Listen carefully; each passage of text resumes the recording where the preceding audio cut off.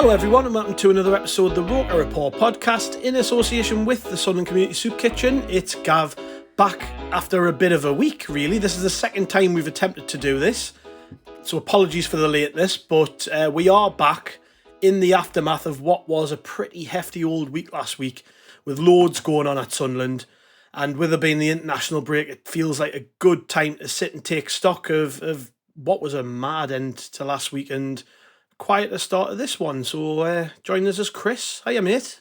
Hello, Gav. Yes, I think the last time I spoke to you was we kind of signed off on transfer deadline night, and Yeah. we were very grateful to the club for announcing everything after we'd finished. Nice, you know? Yeah, we done the Twitter space on deadline day, didn't we? And by the point I had to sign off because my throat was about to collapse. We still hadn't announced a couple of signings, a couple of outgoings hadn't been announced. But we knew what was coming, and we will talk about that today. But it's because, like I said, it was a bit of a week. I feel like we've almost got to segment this podcast into two bits. We've got all of the transfer stuff, which we can't not cover off. So much happened on deadline day, and so much has happened in the aftermath of that week. But also, we battered Southampton 5-0, which nobody saw coming. Absolutely nobody saw coming. You felt like Sunderland might win, but you never said we'd win 5-0. Oh, I didn't say 5. It was going to say 5-0. But, I mean, I've got to admit, I didn't watch the game live. My season ticket seat went unused as I was at a wedding with another season ticket holder and a bunch of other season ticket holders who you can imagine were all absolutely devastated to have missed the game. But on Sunday, I did catch up with it. I watched the full coverage back from Sky. So there was that benefit, at least. I feel like I was there, but it's not quite the same. People have been coming up to us and saying, I bet you enjoyed that at the weekend, did you? And I've had to caveat it with, well, I did, but I didn't see it live, did I? I missed the bloody match. But yeah, nobody saw that coming. 5-0 against Southampton, a team who most pundits are tipping to win the league. Lots of people are looking at the transfer business and saying they've done really well. Lots of people are looking at the manager and saying he's the perfect man for the job and they play this great style of football and all the rest of it. And to be honest, in my opinion, it's almost as though Southampton believed their own hype a bit too much and came into that game totally underestimating Sunderland, who from the off knew exactly how to pick Southampton apart. And I think Russell Martin actually said it after the game.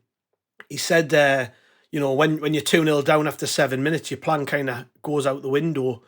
And it was perfect because I think if you're going to beat a team like Southampton who like to retain the ball, pass it quickly and just bore you to death, I guess, with possession, the way to get around that is literally just to hit them hard early doors because they've got absolutely no answer to it. They've got no other way of playing. And from that point on, you kind of control proceedings, and that's exactly what we did. And if anything, they are very, very fortunate that we didn't put another 3 or 4 goals in the back of the net and it wasn't a complete rout. But again, 5-0 against a team as hotly tipped as Southampton has got to go down as one of the best results we've had in years, in my opinion. I think it was an absolutely brilliant result. Yeah, no, I looked at Southampton before the game and I thought we'd get at them. I thought we had a good chance. But I did, like I said, didn't see 5-0 coming, no chance. And it's interesting because it was a really bizarre start to the game. Bizarre first minute, because it was only after 10 seconds that Dennis Serkin had the ball in the left-back position and got hemmed in. Southampton high press all over Serkin like a rash, won the ball back on the edge of our box and forced a corner after like 10 seconds. And I thought, we're in for an afternoon here. And then we cleared that corner and went up and scored after 52 seconds or something like that. Yeah. So from going within a minute of kickoff thinking, it's going to be tough today. They're going to have this high press. They're going to be up for it. And then suddenly we took the lead. And literally that was game over. Southampton just buckled. And as you said, that they went back to, they kind of reverted back to their kind of possession-based football, which they've done all season. We talked about the possession stats last time. We talked them on the spaces as well. 80% at Sheffield Wednesday, and they reverted straight to that. But and it was something I mentioned. It might have been on the spaces, might be on the last pod. But we're the type of team, because that was the first time we've taken the lead this season, and you could Is that right? tell. I never knew that. Bloody hell! Yeah, because that was the first time we've actually kind of broken the deadlock and gone into the lead first. And I mentioned this last time, that's the type of team we are. Once we get on the front foot and we get that big confidence, we're just away. Like, I don't think any team in the league, once we get our tails up, I don't think any team in the league could stop us. It's just getting to that starting point. And once we did, there was only one winner. But Southampton, I mean, like you said, Russell Martin, I was laughing my head off when he came out with his interview because quite rightly, he was really pissed off because after we took the lead, I don't think they put a foot in for the rest of the game. They just sat off us and watched it. And I mean, Ekwa's 2 goals were perfect examples. They just watched him do it. Pretty much every goal was like that. And I'll be honest, I think I've said this a few times, but I just don't get it with Russell Martin. I think these managers who come along in the flavour of the month, he's got to have something to back it up with. And he did nothing at MK Dons. He did nothing with Swansea. I just don't see why I'm supposed to be impressed by this bloke because his team keeps the ball. Nothing I've seen from Southampton are impressive. They've got a really... I wouldn't say experienced, possibly experienced, but expensively assembled team. And, you look right throughout that team that paid big money for most of those players. They've brought in players this summer who've got Premier League experience. Mason Holgate, who has played, 7-8 seasons in the top flight with Everton. Flynn Downs coming from West Ham. You've got Adam Armstrong up front who bagged for fun in this league when he was at Blackburn. They've brought in quite a few players from Manchester City for money. Stuart Armstrong's a really experienced goal-scoring midfield player. Kyle Walker-Peters has played in the Premier League for a while. Bazunu, the goalkeeper, cost a lot of money. You look at the bench, they had a Rebo. He was crap. He was. Shea Adams, who nearly went back to the Premier League on deadline day. Carlos Alcaraz, who played most of last season for them. Shea Charles, who they paid a fortune for from Man City. Ryan Fraser, who we know all about, has spent a number of years with Newcastle and played against us in the Premier League. Taylor Harwood-Bellis on the bench, who never even got on. He was possibly, arguably, the best centre-half in the league last year, playing for Burnley on loan. This is a team of championship superstars, really, when you look at it on paper, but it means absolutely nothing if they're not up for the fight.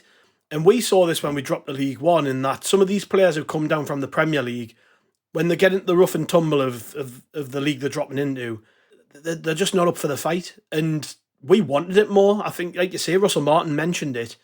He was talking about when Bennett, for the last goal, managed to do 3 pirouettes without anybody touching him and then cross the ball.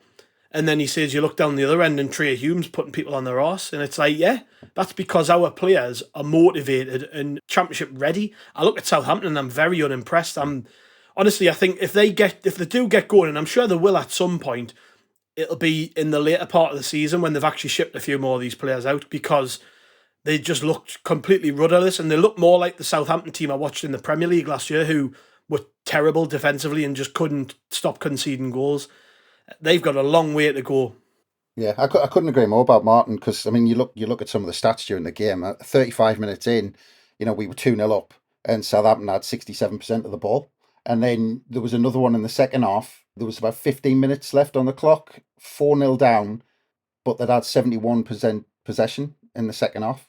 I mean, what's the point? What's the point if you're going to keep the ball but do nothing with it? And I mean, just talking about the difference between the two sides, like you said, 1-0 down, 2-0 down, Southampton weren't putting a block in. I mean, I think it got called out at half-time, someone waving a leg at Ekwa's shot that led to his first goal, which I think was ended up giving an own goal. But yeah, Southampton were just kind of waving legs at it, couldn't be bothered. And the difference was, there was a point in the game where we were 4-0 up, and Trey Hume and Dan Ballard were throwing themselves in front of the ball to keep a clean sheet at 4-0 up. I mean, and that's a difference. And you're right. I mean, a lot of, and I think Martin might have touched on it, like, they're going to have to get used to coming to sides like Sunderland and thinking they're just going to roll teams over by keeping the ball. And we played it perfectly. I mean, that first goal was a perfect example. A corner for Southampton, we pumped it clear, Barr was onto it, and the amount of players supporting him, I mean, and Barr did brilliant, switched it, and then Hume crossed to the back post. But it was a perfect example where Southampton thought, we're going to waltz this, we've got a corner first 10 seconds, and kind of, less than a minute later, we've gone one up. So it's a good example of the way we're playing as well, and some of the differences we're going to bring in this season with catching teams like that on the break, which I think we'll see more than we did last season. Yeah, well, Christian Speakman's interview, which he did with the club during the week, he talked about how we've recruited players to be able to play more than one way. He says, at our heart, we are a possession team, but as you saw against Southampton, we can also play really well on the counter-attack. And I think I said this to you a few times last season in pods. I actually think when we come up against teams who try and play football against us, we are so much more effective because the players we've got are really well equipped for playing counter-attacking football. We saw it here. I mean, this was us at our best. And like I say, nobody saw it coming. But at the same time, I kind of did. I did feel like there was a performance like this coming. I think some of the players have talked about it in the lead up to the game, maybe even a couple of weeks ago. But I think Ballard did an interview and Ekwa might have done an interview where they were talking about how, we weren't worried about the first two losses because we actually played really well. And at some point it was going to click. I mean, I don't think we expected it to click quite like this. But at the same time, we've threatened this type of performance. And again, I think I said this the other week. We maybe lost our mojo from the end of last season a little bit in them first couple of games because the momentum was gone. But that ability's still there. That ability to cut teams open and score goals at will is there. We've learned better than perhaps any team in my mind for a long time how to play without a striker. 5 goals in a team who didn't have a centre forward on the pitch. It's It's quite exquisite, really. It's about as well as I've seen Sunderland play at this level. I would have to think back, as far back as I can go and remember a performance where we were quite as clinical against a team like this, even into the Peter Reid years. I can't remember many performances as well oiled and as slick as this, where we just looked relentless. Yeah, and it was interesting, actually. I think you might have touched on it there, but straight after the game, I think it was when Ekwa was given Jack Clarke his man of the match trophy, which I think he was a little bit miffed off about. I think he thought more than a little bit, yeah. Even Mowbray mentioned it, didn't he? Yeah. Yeah. I think he was probably moping in the dressing room that he didn't get it. But with the interview with those two, I can't remember which one. I'm pretty sure it was Jack Clarke who turned around and said, repeated basically just what you said there, that the players expected it, the players that knew that there was a performance like this coming. And straight away when he said it, Ekwa started kind of visibly nodding. So it's obviously something they've all talked about and they've all kind of realised it was coming. None of us saw this coming. But by their reactions, I think the players did. But the interesting thing was from Mowbray was he was talking about his half-time team talk. And I thought it was interesting where he said, because I think all these players, the pressure's been building up a little bit and they've all been waiting for this performance coming. Going in at half-time, 3-0 up, and Mowbray said he had to basically calm them all down. Like they were basically kind of partying in the dressing room. And he had to remind themselves, about Burnley last season when they came back from 2 down at the Stadium of Light at half-time and all that sort of stuff. And we talk about the age of our players and all this sort of stuff. A lot of them have never been in this position at this level. Going in half-time, 3-0 up, and against a team like Southampton. So it's interesting that Mowbray, when you think about how Mowbray has to manage these players, he's kind of thinking about, he's managing these kids, some of them are just kids really, through situations that they've never been in before. Their reaction is to, think it's great and kind of go over the top. And Mowbray has to keep bringing them back down. But the other thing you mentioned there was Speakman's interview. And we talked on the spaces on transfer deadline day about what I thought was, when you write out the squad and you look at their positions and you look at what we've got, it looks top heavy in that kind of attacking midfielder role.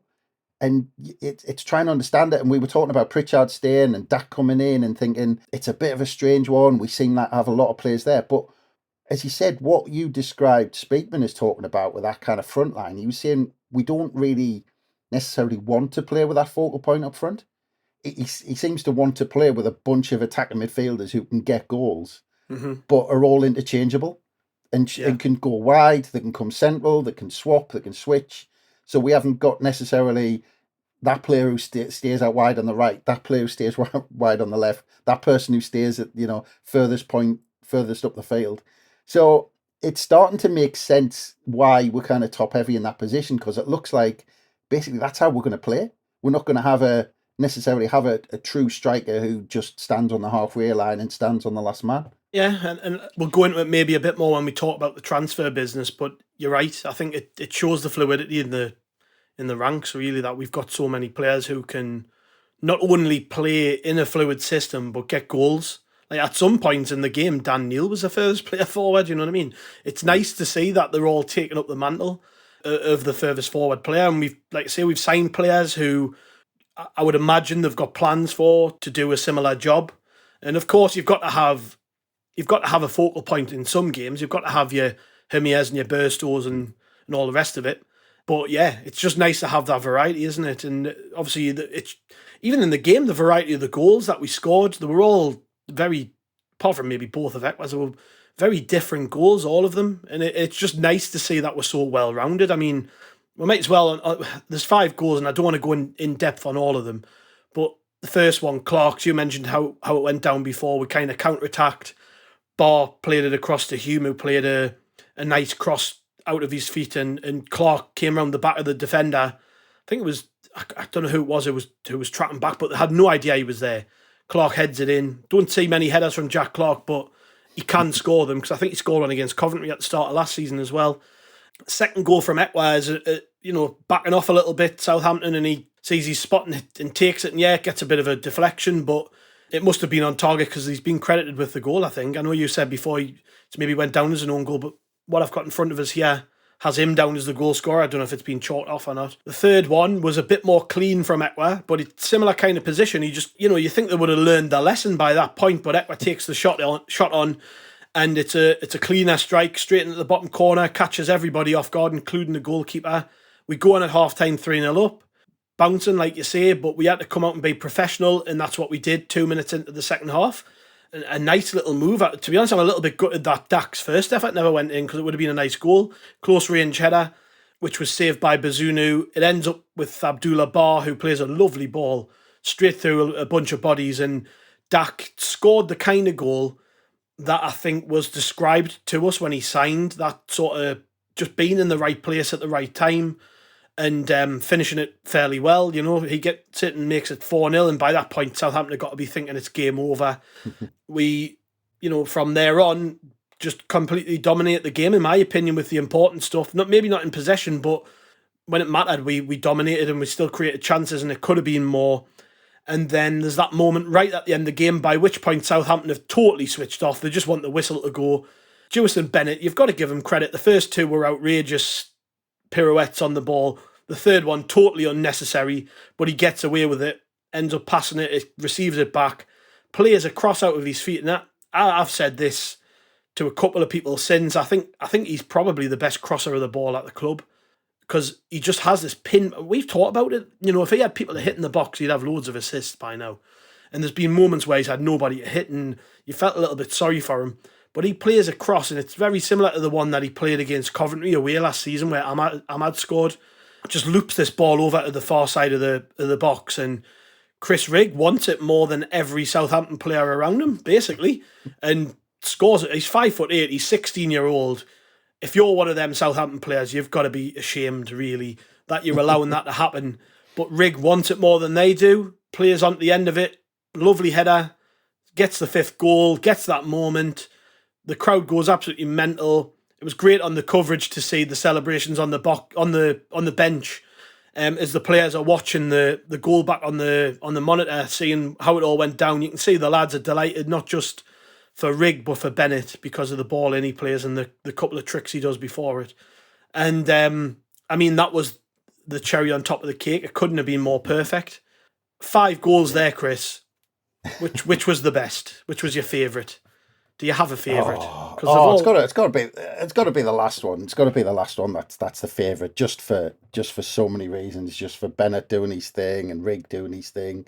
16-year-old lad polishing off a 5-0 win. I mean, it just not necessarily for the actual football, but just for everything that it kind of represented. I think that was my favourite. But I mean, you talked about Southampton being done by then. I think they were done after 52 seconds. I think if they'd had the choice, they would have packed their bags and headed back off then. I think and it was interesting, actually, that the difference between the goals, because I think, again, it's kind of summing us up a little bit. Like those first 2 goals, as we touched on earlier, came from us on the counter and playing longer, more direct balls forward.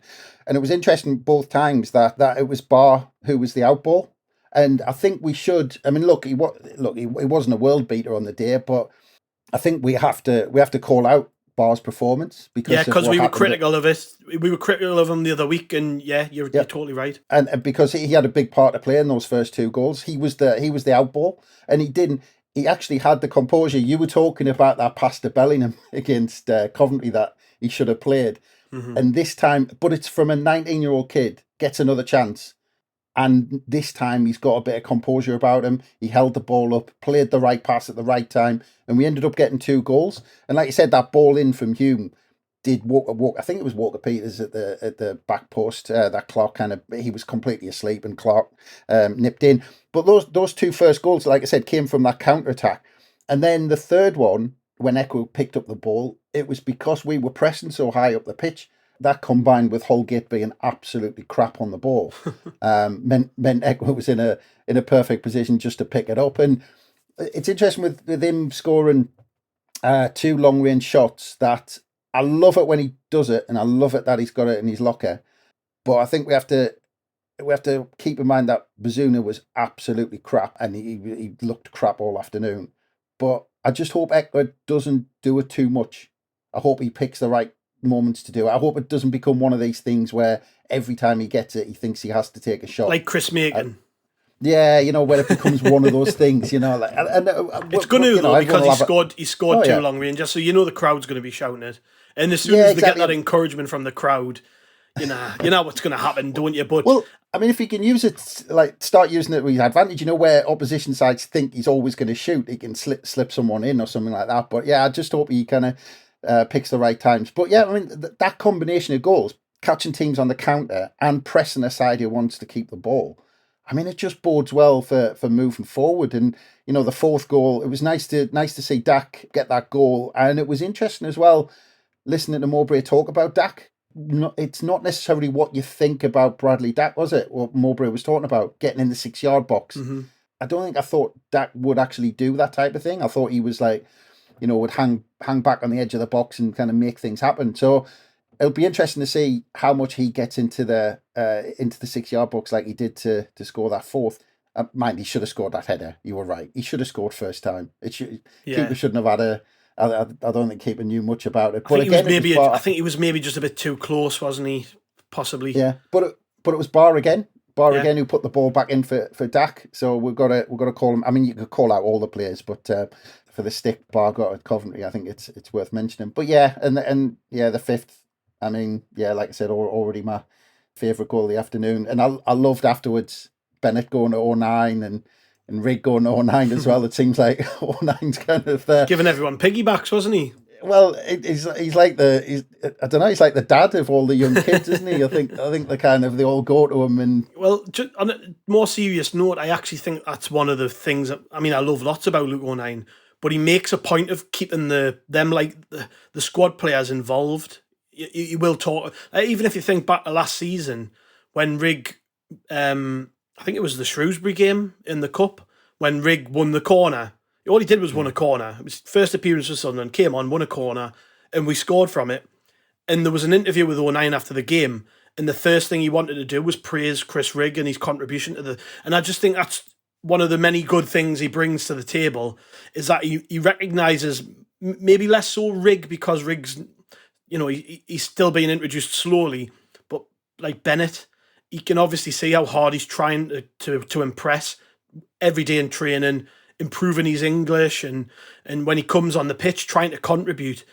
And O'Nien made a point of spotlighting him, and I just think that's great, because that shows how good the team spirit is at the minute. Particularly with players moving on, which we're going to get into soon, but particularly with players moving on from the group who were leaders, people have got to step up and take up the mantle of leader. And I think in this game that was exemplified in many of the performances. O'Nien, Ballard, Hume, they're still young players. O'Nien's not a grandad, is he? But he feels like one in this team. But a lot of these lads who are actually still young, even Dan Neal's another one. Patterson being, I know he's not the most vocal, but he's actually out of the younger group, one of the older ones now. He's 23-year-old, which just seems mad. But but that's how young the team is. But when you look at the team on the pitch, and I talked about this, it might have been on the Twitter space last week again. I don't think experience trumps leadership. I think leadership trumps experience, and that's what Sunderland have gone for. We've got a team of players now who are actually quite experienced, given the fact they're still quite young. The likes of your Dan Neals and Pattersons and Ballards and all the rest of them. they've been in playoff finals, they've played in playoff semi-finals, they've got experience. And what's happened is players have left, they've stepped up to the plate and went, right, now I'm a leader. I've got to be the leader of, if Dan Ballard's 23-year-old, I think, and Patterson's 23-year-old, and Hugh might be 21 or whatever, 22. They're actually, in some cases, 4, 5, 6 years older than some of these players. That's so they are technically experienced and older, and there's nothing wrong with making those players take up a leadership role in the squad. And again, like I say, in this game, I felt like a lot of those players who traditionally would be classed as the young'uns aren't young'uns really, added that little bit of experience on the pitch, which is maybe lacking with the departures of several other players who went the day before. No, you're right. And actually, I was going to mention it, actually, Dan Neil, when we were talking about him. If you look now this season, he's really stepped up in how vocal he is on the pitch. Would you say since the season started, he's been probably the most consistent player? Well, I think we had a question on the Spaces, didn't we, about who I think somebody said, who is the player that we're glad we've kept hold of? And my answer was Dan Neil. Yeah. Jack Clark and Patrick Roberts, they get all of the spotlight because of some of the magic they pull off, and that's fair enough. But Dan Neil, I think he was vital, especially with the fact that I see the squad as having been kind of two real kind of what I consider to be central midfielders. I think it was vital we kept all of them. But like I said, he's not just stepped it up in his all-round play, because like you've said, Tony Mowbray has obviously told him to get further forward because he's playing 10 yards further up the pitch than he ever has. But if you look at him when the ball is out of play or when he's kind of organising, it's Dan Neil. Dan Neil's one of the biggest voices on the pitch now, organising the rest of the lads. And he's keeping Ekwa in check as well as Ekwa's playing. You're talking, what is it? Must be 15 senior games or something like that. Probably not even that. He's only played. I mean, that was his first senior goal in senior professional football against Southampton, which is ridiculous because like the lad looks like he's been playing for 5-6 years. The way he's playing. This is the scary thing, isn't it, with him? Yeah. It's the scary thing is that he looks just so much further ahead than he should at this stage. Yeah, and Dan Neil has to keep controlling them, and it was interesting actually because we talk about all of our like how dominant we were. To be fair, there was a period between about 15 minutes and 25 minutes gone where Southampton had 10 minutes where actually they pinned us in a little bit, and they looked like they were getting a goal, and I think it was during that time where actually Dak got really lucky and probably should have given a penalty away that was kind of, it was a bit iffy. That could have went either way. Some refs would have given that. But to come out of that time, it was Dan Neil, and you looked how vocal he was on the pitch. He was trying to get us back up the pitch. And in the end, I remember it was about half an hour gone, and I think it was 09 who got the ball in the corner and got us out by switching the play. He did like a 40-yard diagonal to Jack Clark and then got us out. And it was a perfect example of what Luke 09 brings you at the back, when he can play one of those balls and when we're under pressure and he can get us out. But yeah, there's obviously a vacuum being created by the players that we've lost in the Danny Barts, the Bailey Wrights, the Lyndon Gooches. And I think we've talked about it before as part of the recruitment. I think a huge part of that is the mentality of the players who we're bringing in, that they're all strong, mentally, that they're all can be leaders. None of them are kind of lads to kind of shy away. They all look like they can stand up. And I think that's kind of credit to the way we're doing the recruitment, because all of these players have been thrown in and they've all done a job. Yeah, well, in the case of the players we've brought in, I think it does make a huge difference when everybody knows what the club are trying to do. They're all bought in then, aren't they? They're coming in and they know what we're trying to do, how we're trying to play, what we stand for, what we believe in. We could sit here and talk all day about that, but it's clear that we're bringing in players with something in mind now. We're not just bringing in anybody. We're bringing in players because we want them to do a specific job in the team, because we feel like their values match ours. And this is the net result of that, and it's only going to improve that sort of relationship between what you say on the pitch and what you feel the club should stand for. And that's why it's very rare where I come away from a game and ever think we didn't try our best. To be honest, I can't even remember the last time where I've ever felt that. Where there there was a time where that was the case every single week. I'd watch us and go, frick's sake, do any of these players even want to be here? Where now, you're looking at it and we're actually nudging players out the door who are clawing desperately on to staying. And I guess that kind of segues us into the transfer talk, because that was certainly the case at the end of the window, in that, there were players who maybe stayed, who we tried to move on but couldn't, who wanted to stay, but there were players who left who would much rather have still been at Sunderland. And then there was obviously a handful who left because there were other motivations and all the rest of it. So I think ultimately, in my opinion, before we get in depth on each player, I feel like we've come out of the window better than we went into it. I feel like the squad looks a lot more flexible. It's younger still, but we've got more options across the pitch. I think Speakman in that interview talked about how we had better depth now, and that, I think that's certainly the case. I look at the players we've brought in, and they're all versatile, and they're young, and they're adaptable. And we don't know a lot about them individually yet, because a lot of them haven't played yet. But it does excite us. I like the unknown. There's no fear in the unknown with me. I love it. I love looking at that list of players and going, I've never watched any of you play, but you just excite us for whatever reason. I feel excited about the potential of seeing them play for us. And that's where I am with sort of the overall business of the window. Is, yes, whilst some safe options went out of the door, I prefer the way we came out of it. I'm chuckling just because we could have probably, just put the same pod out as we've done for the last few windows, but replace the names for names, because at the end of every window, what you've just said there sums it up, that you're excited about the signings because A, you've never heard of them, but B, when you've read up about them, they sound exciting, that, they're players either, with pace, or they've had a good background, or, whatever it is, and they're young and they've got potential. It's just all of these things that whenever we finish a transfer window, all these things are in the pot, and you're looking at it going, I want to see these players play. I mean, Pembele, Oshish, if we're getting that right, still not convinced, but Burstow, Rusin, Mayenda, I mean, that's 5 players just there that I'm really excited that we haven't even seen play yet in a red and white strip. I mean, as well, I think the strange thing is the 2 centre-halves.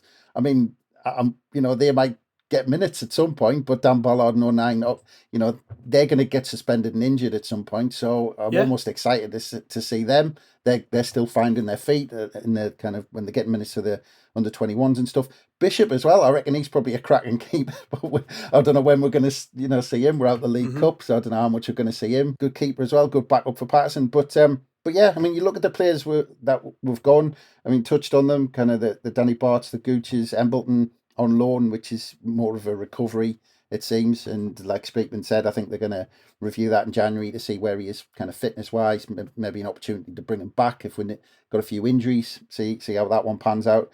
Bailey Wright, Winchester, Diaku, the Hadji. You look at that list of players who've left against, the potential. And I say potential because, if you try and pick our best side now over the international break, there's no point, because you're talking about 5 players who I've never seen play. So how can you know what our I mean, you can do it on paper with, based off the Southampton game, which is fine. You'd probably just go same again. But you've got 5 players there who I've mentioned who came in the window who are, on paper, cracker backgrounds, look great, look good players, look good signings. Rusin probably come in for a bit of money as well. I know it's all undisclosed, but I think we've spent a bit of coin on him. So yeah, completely agree. The squad again, it's all on paper at the minute. I just want to see these players play, and it's excitement. It's seeing them play. I just can't wait till the next game.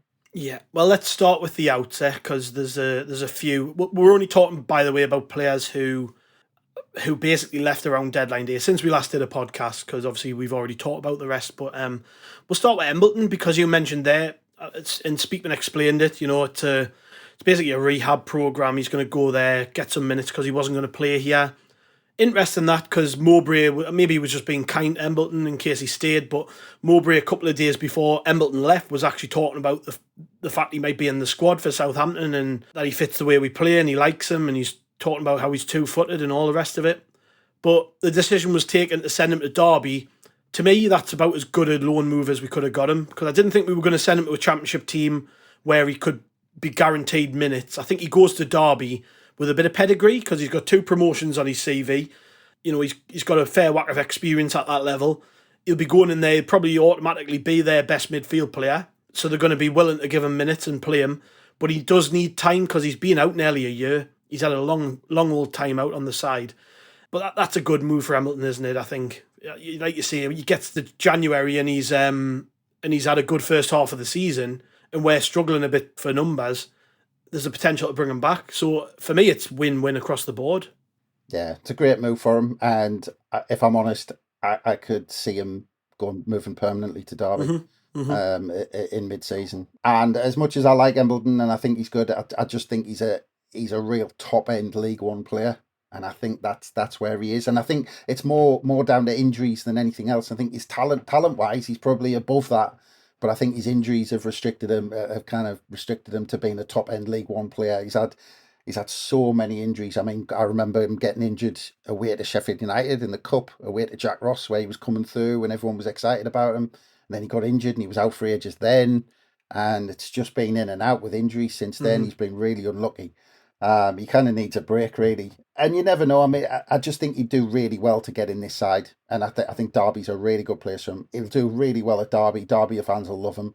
And good luck to him. We'll see what happens. But I'd be surprised if we saw him play again for Sunderland. Yeah, and then there were the 3 outgoings on deadline day, permanent outgoings. They all deserve a bit of time to be talked about. I mean, let's start off with Danny Bart, last season's Fans Player of the Year. It was made very clear in the season that he was not featuring in Tony Mowbray's plans in terms of the best 11 on the pitch, the best defence. We certainly didn't see Danny Bart as part of those plans. I mean, on one side, you've got to say he was outstanding for us last season. Like I say, he was voted Fans Player of the Year. Had he been fit, we might be in the Premier League. That's how fine the margins were towards the end when it comes to the performances. We were desperate for somebody to head a ball in defence, and he wasn't fit. But to me, it's the fact that he might not have recovered quite as well from that injury that I think plays into the thinking here. I watched him in pre-season. He didn't look great. He didn't look great at all. In that cup game, he didn't look great. I wonder maybe they've just looked at it. He's had a bad injury. By the time his deal was up, he'd be nearly 34-year-old. Have they looked at it with a year left on and went, I think now might be the right time for him to go while his stock's still fairly high, while he can still get a good move, while we can still get a bit of money for him. Big wages on the wage bill there because he was one of the highest earners. Was it just a case, right time to get rid, even though, in a lot of fans' minds, he could have still contributed?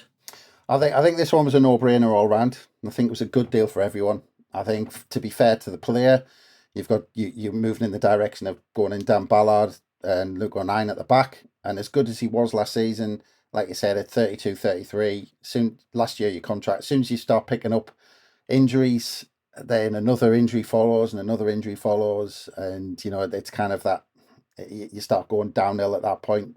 People talk about keeping him as a squad player, but you've just brought in 2 20-year-old centre-halves to get some minutes when Ballard and O'Nien are out. So you've promised them minutes. You're going to say that they're going to, you probably told them that they're going to likely to play 10, 15 games this season. And for the player himself, look, last year of his contract, you've told him he's not going to be first choice. He's going to be sat on the bench. He doesn't want to do that at 32, 33. He doesn't want to do that at that age. He wants first team football. He's only got a couple of years left. And a move to a good championship club. He'll be on good money still. It's a no-brainer for him. So I just think, it just made sense for everyone. Made sense for the players' point of view. Made sense for the club. It's one of those, and we'll go on to Lyndon Gooch as well. But again, we'll talk about it then. But it's a sign of progress. It is, yeah. I don't disagree with anything you've said there. I think Bart, from what I'm told, wanted to stay and fight for his place. But to me, I think if you're being honest with yourself, you've got to look at the way Sunderland are going with drastically reducing the average age of the squad. He wasn't going to play much, which it probably does sound bizarre to people. If you aren't a Sunderland fan and you're talking about somebody who was your player of the year last year and you're sort of making excuses for moving him on, it probably sounds daft, but if you kind of understand the way we're trying to operate, then you'll understand why this happened. And, I think, to be honest, especially in the last handful of games, O'Nien and Ballard have been brilliant together. You can already see that partnership works and it suits the way we play. And I don't think Danny Bart's become a bad footballer overnight. I've seen a lot of people pointing out that, well, last year he was an important part of a team which played good football. He can pass a ball. I'm not saying that.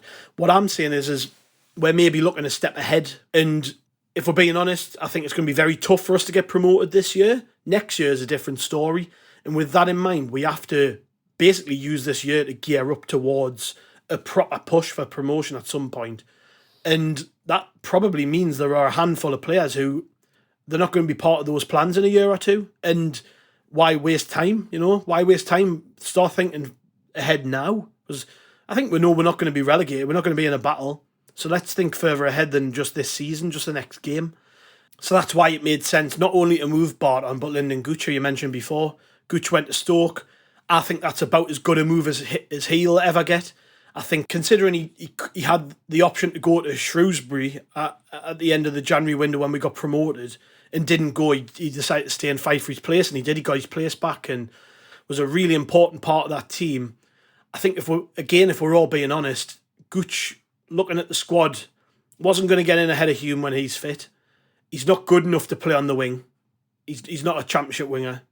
And the club had a deal lined up for a PSG 20-year-old France international with first team experience for PSG. Eventually everyone's time comes to an end, and Gooch in his interview, which he did with the club website, which is definitely worth a watch if people haven't seen it, but he did an interview basically just talking about his time at Sunderland and his goodbyes and stuff. And he said this was all on his terms. It's the way he wanted to leave the club if he was ever going to leave and all the rest of it. I think deep down he would have loved to have stayed. But again, if we're being honest, his time was over here. And this is the best possible way he could have gone. Again, fit, ready to play, going to another championship club who may well have a better season than us this year. You never know. Stoke. He'll play all the time there. He's going to a manager who knows his game, knows how to get the best out of him. I think this is a great move for Lyndon Gooch. And if we did get £1 million for him, I think that's fantastic business by Sunderland too.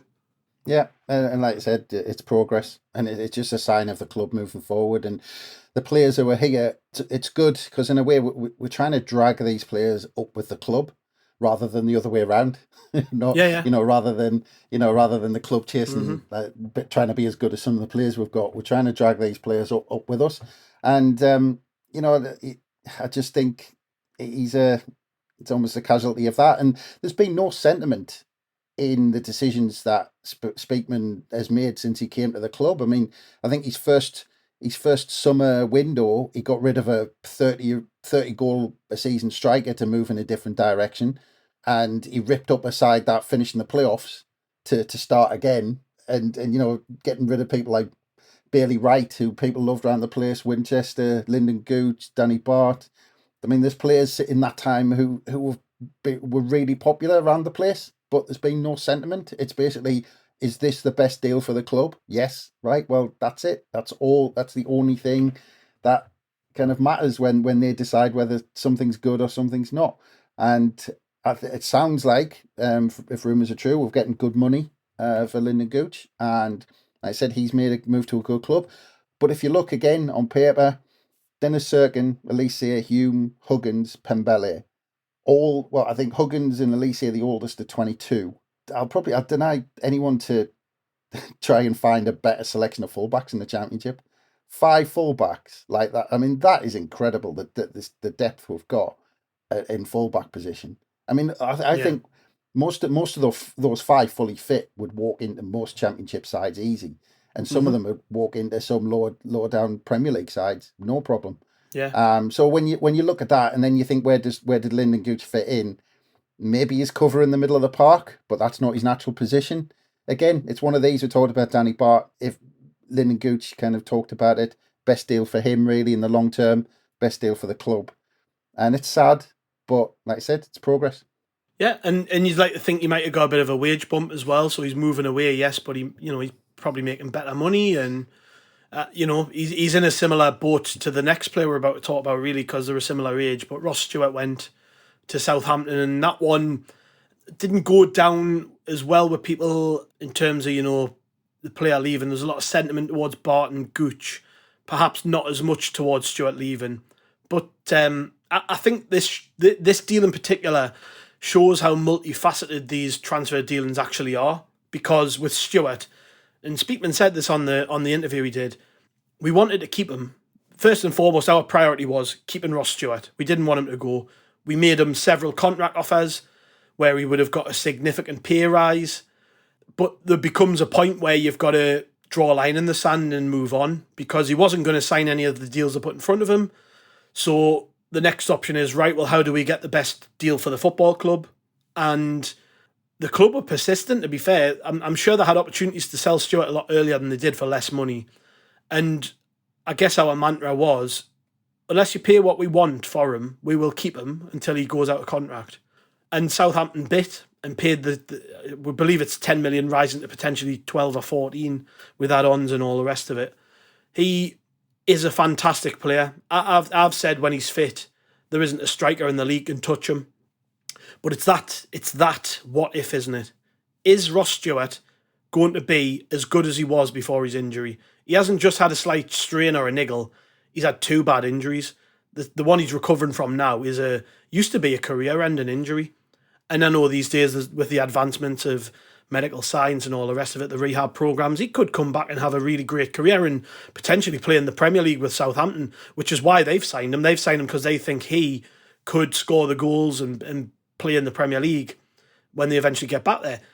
And I think he's got the ability to do that. But from Sunderland's perspective, if he's not willing to say, I'm staying with you and I'm going to sign this deal, because he's got a better deal on the table with Southampton, by all accounts, Southampton are paying him 30 grand a week. We were never going to pay that. It's just way out of our budget.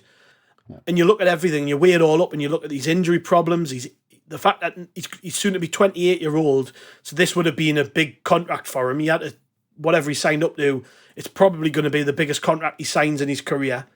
Weighing everything up, as long as it made sense for us to let him go, I was more than happy for him to go. And I don't think anybody can argue we haven't done well out of this. I think it's the most we've received for a player in a lot of years. I think someone said since we sold Bent. I think this is the most amount of money Sunderland have made on a transfer since we sold Darren Bent. I might be wrong with that. But we haven't made a habit of selling players over the years, have we? For profit, let's put it that way. So this one just, in the end, made a lot of sense. And, I think it was Tony Mowbray said it when he talked about the king is dead, long live the king. Somebody else will score the goals. Somebody else will be the hero. We'll move on. And Ross Stewart will move on. And I hope he does really well. I have no ill will towards the bloke. But everything made sense in the end. And that's all you can do, really, is sit here and go, we did all right out of this and we're going to be fine. Yeah, no, you've summed it up there. I'm in exactly the same place. The ideal was that he stayed, but you can't deny a player, who hasn't really earned that much money in his career when he's, like I said, when he's 27-year-old. It's his last big contract. He's just had 2 big injuries. You're offering him probably, I would guess, a quarter or a third of what he's probably been offered, if rumours are true, and how much he's on at Southampton. So you can't deny him that. I mean, what's the next step? That you just hold on to him for a season, and that he mopes about the place for a year if he wanted to go, and you deny him that opportunity? I mean, it's almost like a life-changing kind of move for Ross Stewart, that at this stage in his life. So you can't really deny him that, really. And I've got absolutely no problems. I think he's brilliant for us, but that's no reason to kind of harm the lad's kind of long-term financial, stability. I mean, he's earned a canny bit from football, but he played for Ross County till he was like 24 or something like that. So I mean, he earned next to nothing. So yeah, I've got absolutely no problem with Ross Stewart leaving. I mean, talking about the money, you flip the way that you look at it, and you put yourself in a Southampton fan's shoes, and you've just bought a player for 10 million on 30 grand a week who hasn't kicked a ball for 7 or 8 months. And it's a massive gamble. It is. It's a huge gamble for Southampton. And if you think we've taken that money, but actually it was a massive gamble not taking the money. As you like, let's say we didn't take that offer, and Stewart broke down again, and he was out for another 6 months. So and then all the fans were going, why didn't you take the money? So they couldn't win.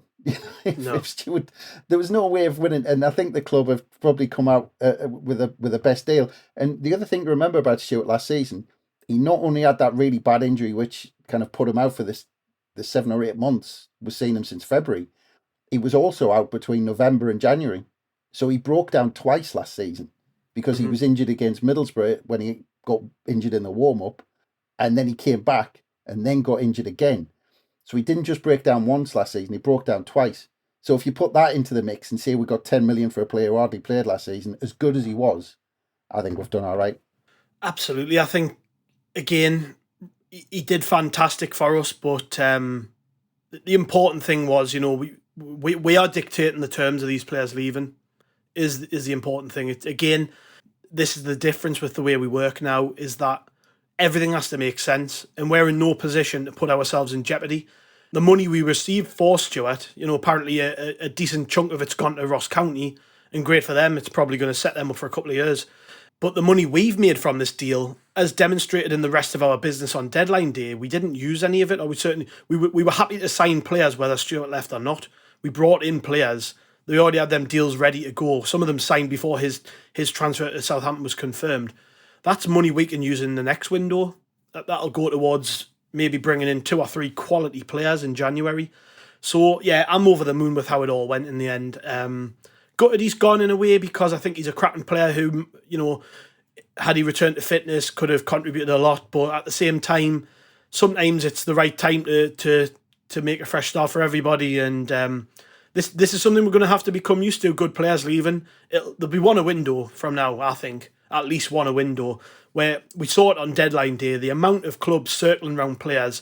I think Mowbray and Speakman have spoke about how many players were actually under offer from some of the clubs, and Ekwa had interest from Germany and other clubs. Dan Neil apparently was interested in Liverpool. That's one we're going to have to keep an eye on, because if he keeps progressing, we're going to get bids for these players, and they're going to be too good to refuse in some cases, and it's just going to happen. But the important thing is that the wheels keep turning, that everything makes sense, that ultimately we get better as a result of it. That sort of way that Brighton work, where they can sell their best players and don't miss a step and actually improve. Everybody wants that ideal, and we're not going to get it right every time. But I think in this case, in this window, we've moved on players, got money for them, and done okay. Speaking of strikers, though, we might as well go straight into the incomings, and we'll probably blast through these a little bit quicker, because there's less emotional attachment, I guess, attached to any of these lads, because they haven't played yet. Mason Burstow came in from Chelsea. I've got to admit, and I'm presuming you're the same, I knew nothing about him when I seen his name come up. We broke that story on Roker Report, actually, the transfer news on deadline day about Burstow. And I didn't know who he was. I looked on Wikipedia and seen he'd played a bunch of games for Charlton in League One, and having dug through the archives a bit, I noticed he played against us for Charlton when he first started out there. He got a move to Chelsea, where he spent a bit of time in there in the 21s, playing in the England ranks and all the rest of it. But this season has been a bit of an announcement from Burstow at Chelsea, and I know they've not had a great start, but a new manager's come in. He was in the squad for the pre-season programme they had and the tour around the world and all the rest of it. Played games in pre-season for Chelsea, scored against Dortmund in one of them. Then in the opening 2 games, it might have been the opening 2, but he played, I think, against Luton and West Ham, coming off the bench in league action. So he's been brought on and trusted in Premier League games, and then started in the Cup for them against Wimbledon. So he's got 3 appearances already this season for Chelsea, who, yes, they've not had a great start, but for the money they've spent to be getting games in that team, certainly tells you that he's trusted and that I think he's got something about him. And in the little quote that Speakman gave when we signed Burstow, he talked about how we'd been tracking him for a while. He was right at the top of our list when it came to players we wanted to sign, and maybe had to wait a little bit longer to get him, but we're happy we've got him. I mean, it's another project, I guess. We haven't made any other loan signings in this window. Burstow has come in because Chelsea wanted to get minutes. Hopefully it's a mutually beneficial agreement where he scores goals for us and contributes and he goes back to Chelsea and they're over the moon that he's done well. But there's no real risk with this one, in my opinion. I think because we've got 4 strikers now, that this one, if it doesn't go so well, it's not a big deal. But you look at him on paper and you think he could be a really canny signing, couldn't he? Yeah, it's like all of them could be exciting when you read up about them. But this it's an interesting one, for a lad who's just turned 20. I think he turned. I'm sure he turned 20 last month. 4th of August. I've got it open in front of us. Well, there you go. But yeah, it just turned 20 and been on the bench when Chelsea have spent, what was it, something ridiculous, $1 billion God or knows. more.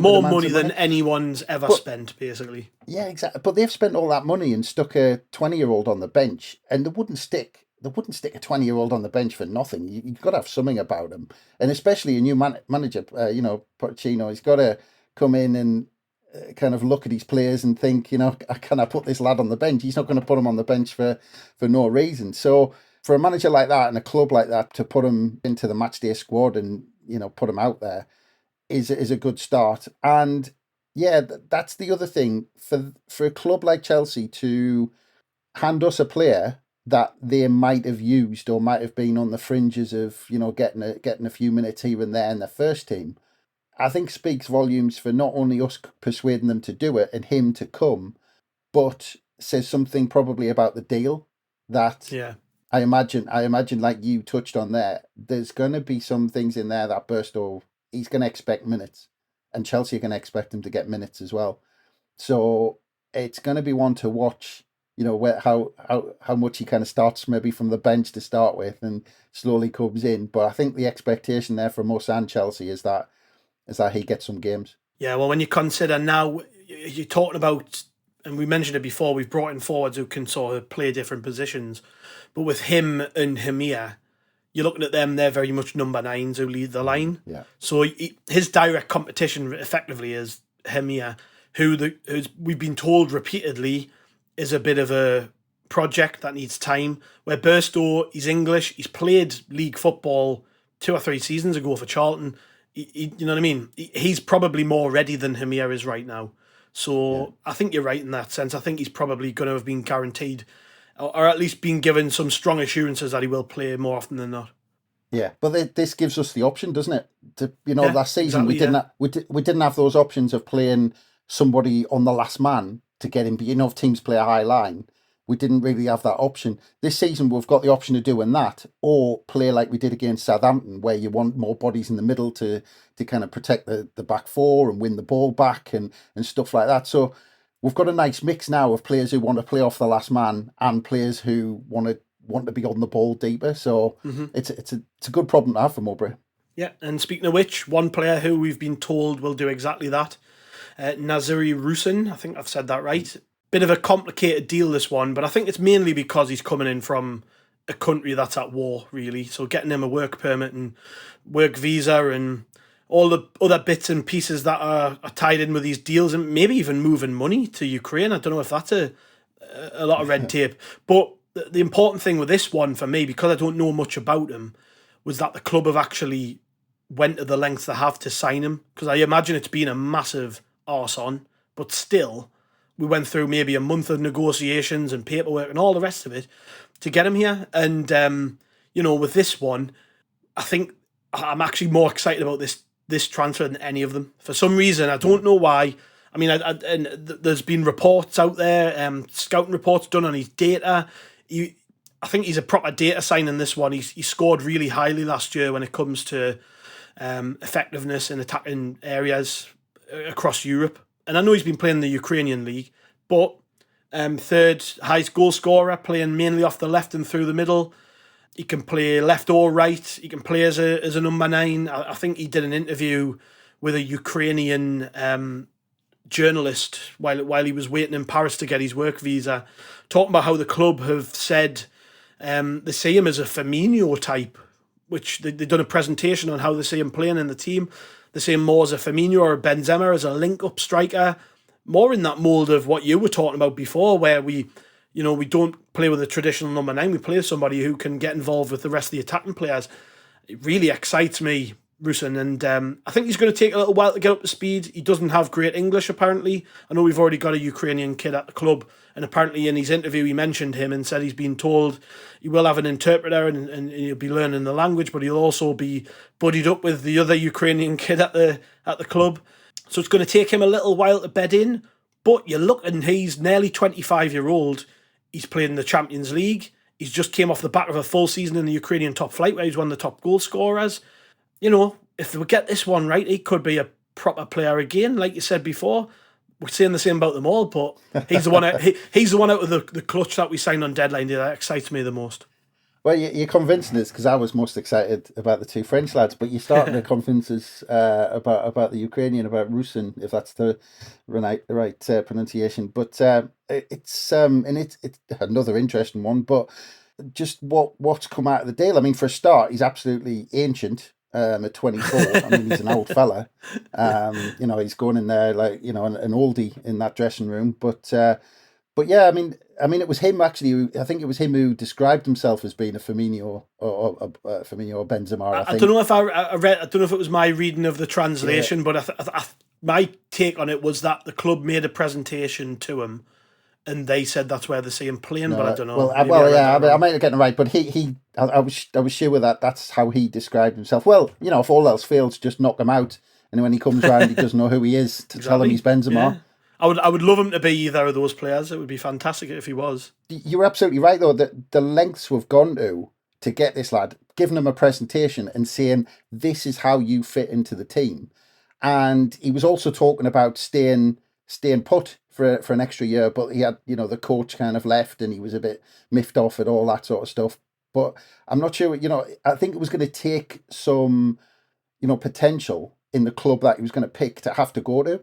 I don't think it wasn't just going to be any deal. He'd have to go somewhere to firstly play football and someone who can get him in the top league, because he was already talking about playing in the Premier League and playing at places like Anfield. So he's in a hurry to start moving up the ladder. And we made a big play for him, made a big pitch, gave him all the spiel, the presentation and all that sort of stuff. So he's got a role in this side that he already knows what it is. And I hope Mowbray knows what it is as well. But yeah, just another one to add to the list. I'm just excited about seeing him get on the pitch. Yeah, and then we'll round off with the last two, Timothy Pembele and Adil Oshish. And that's a name I struggled badly with on the Twitter space on Friday. But those two guys came in together pretty much. They flew in together. They did the medicals together. They were in the same car. They've been pictured out in Newcastle shopping together. Clearly, we've paired them two up. But you can understand why. I think they might have even been at Paris Saint-Germain at the same time, given their age. I think Oshish is 21 and Pembele is 20. So they probably know each other for a while, even though they've came in from different clubs, because, like I say, Oshish was at Paris Saint-Germain initially. That's where he came through, and then moved on after making his first team debut for Paris Saint-Germain, moved on to Saint-Etienne, where he spent a couple of years playing every week in Ligue 1 and Ligue 1 in the top flight in France. They got relegated. He played a couple of goals in the second tier and then was moved on to Lorient back in the top tier, where he barely played last season, to be fair. He only made 11 appearances in the league and even played a little bit for the B team. So something didn't go quite right for him at Lorient. But when you look at it, come through the academy at PSG, which is obviously a prestigious club, the biggest club in France, moved on, played 2 full seasons in the top flight. He's only 21-year-old. He's got, I'm just looking now, about 50 caps all in for France at youth level. Probably more because they only list them from under 16s up. Scored goals for fun for France at youth level. He's maybe more in that Patrick Roberts mould, isn't he? Of player who's maybe just lost his way a little bit, but clearly has something. And again, we don't know much about him, but when we were talking about maybe replacing Ahmad with somebody who's got a bit of magic and do stuff out of nothing, he looks like that type of player who can maybe take up that position on the pitch. And again, he's going to take time to bed in properly. But another really exciting player. They're all exciting, like I say, but he's another one. Yeah, no, I'm really excited by these two. Really excited. But it fits the pattern, doesn't it? That these are the type of players who only really signed for Sunderland in the position we're at. Having spent 4 years in League One, first year out the Championship, slightly, probably overachieving slightly. But these are the type of players where you mentioned it with Robertson, it was the same with Clark, where there's something gone wrong in their career somewhere. And it looks like, with Pembele, it was a ACL injury. With Oshish, it looks like he's just lost his way. But this is the type of signing we make. And our pitch to these players is come to this young side, play football, and who knows from there, and the thing that plays into this, people are talking about selling players and selling Stewart on and all this sort of stuff. And Speakman made a real point of this or in his interview that Sunderland need to be known for a club that are fair to the player. So these players come to the club and we just see how it goes. And those players come to the club trusting that if they do really well and they might, let's say they have a really good season and there is an opportunity for them to move on, a Premier League club comes in or whatever, that we're going to be fair to them. We're not going to just we're not just going to kind of lock them in, and they need football. They need to get their careers on track. And we're known we're known as a club who are fair to players. Then players are more likely to take a chance with us as much as we are with them, because it's a gamble both ways. Mm-hmm. And I'm really excited with these two because, you look at, like I say, we look at how Clark and Roberts got their careers back on track with us, and these players have got, a pedigree, PSG coming through with some amazing players the last few years, still young lads, and if we can get those back on track, some of these players we brought in have got ridiculous potential, and but it's funny, after Southampton, you wonder how they're all going to fit in. And you're thinking of these 5 players that we talked about, we haven't seen play yet, trying to fit into that team. I mean, we're in a good place. Yeah, well, Pembele, he had and I don't know if people know this, but he did his ACL in April of last year and spent a long time out. So really, I don't think we really would have signed a player of this ability had he not been through that, because he was playing first team football for PSG. He was playing in the league. He was getting Champions League minutes in a team with loaded with superstars, and then he had a bad injury. And it's feasible that had he not got that injury, he would have continued getting minutes in the first team, and he might have been their established right back. You don't know. So that's the gamble the club have taken. I don't think we've paid a lot. There's obviously going to be a chunky sell-on fee there for him and Oshish.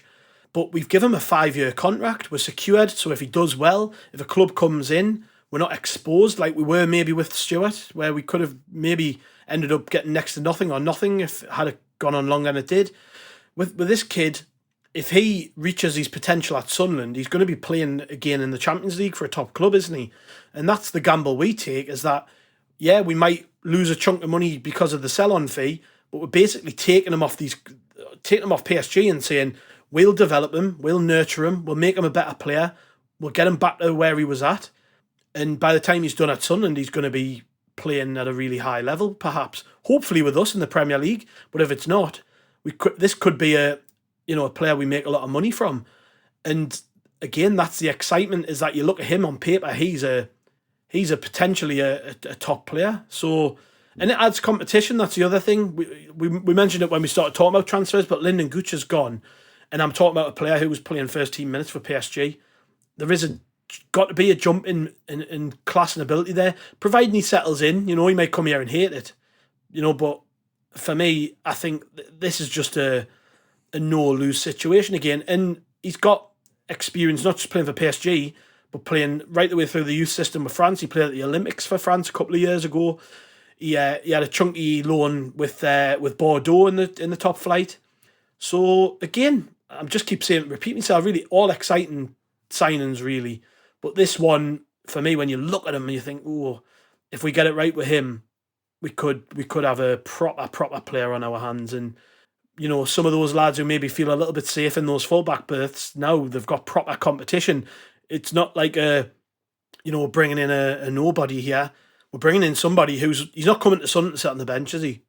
No, not at all. And like I said, I had these 2 French lads kind of as my kind of the ones who I'm most excited about seeing playing, to be honest, because I just think, if these 2 get going with us, they can be, well, who knows where they can go if we can get them fit and we can get them back on track. But I mean, that's what we've got to remember about all of the signings that we make in terms of that kind of philosophy of how we're bringing in players, because every player is a risk, and because every player we're able to bring in who's had that background, there's an issue somewhere, whatever that is, whether it's fitness, whether it's form, whether it's maybe attitude in some ways, whatever it might be. You look at the players who signed. Elise was 21, 22, had never played a senior game. Ekwa, 2021, never played a senior game. You know, there's risk with signing these type of players, that you have to do your background, and there's always going to, even if they think they can, there's always a question mark of whether these players can step up and get their careers back on track, or step up to senior football. Dennis Serkin had injury problems. You know, I think Huggins had injury problems at Leeds before we brought him in. You know, you could go through all the players were brought in. You know, Bennett bringing him in from Costa Rica, there's a risk there. You know, all of these players, there's a chance that they might not come off. But if you weigh it up and look at the potential versus, you know, is it worth the risk of giving them those contracts and giving them those wages? And, you know, you've sometimes, and I think the club just kind of go in and say, if it comes off, it's going to be spectacular, so it's worth taking the risk. Lots and lots of positives. Nothing negative at all there, I don't think. Well, has to be. After a 5-0 win, has to be. 5-0 win, good transfer window, and a nice little break for the players, or some of them at least. Some of them are going off and playing international football. We'll be back with a preview at some point, because we do play again next week. I don't know who against. I'm terrible for my preparation. We got QPR next week. I see you looking. I'm buying time right. Here. QPR away, maybe? Chef Wednesday coming up? No, I tell you what, we're shocking us too. There we go. That's definitely, right. Definitely QPR, is it? That's it? Well, there we go. We get to play Gareth Ainsworth again, so that's nice. But we will leave all of the pre-match chatter for that podcast, along with whatever comes out of the international break. Let's cross our fingers and toes and tap every bit of wood around us that nobody gets injured and we have headaches. But I guess the joy is that if anybody comes back with a niggle, we've got options now, which we've discussed at length. So cheers, mate. Thanks for joining us for this bumper edition. Cheers, mate. I'm hot. Glad to be finished. Cheers to the listeners. Thanks for joining us as always. Make sure you follow us on all of our channels. Check rokereport.sbnation.com and buy our book. The pre-sale link is on the top of the Twitter page. It's on the top of every article on the website. SAFC 365 is available from the Your Love Supreme store. So make sure you pre-order that. It will be out in October.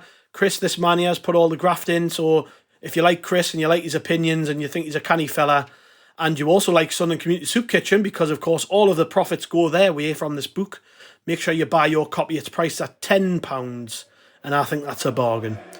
Just got to finish it now. Finish it, yeah. Make sure you do that before October. Cheers, everybody. We will catch you later.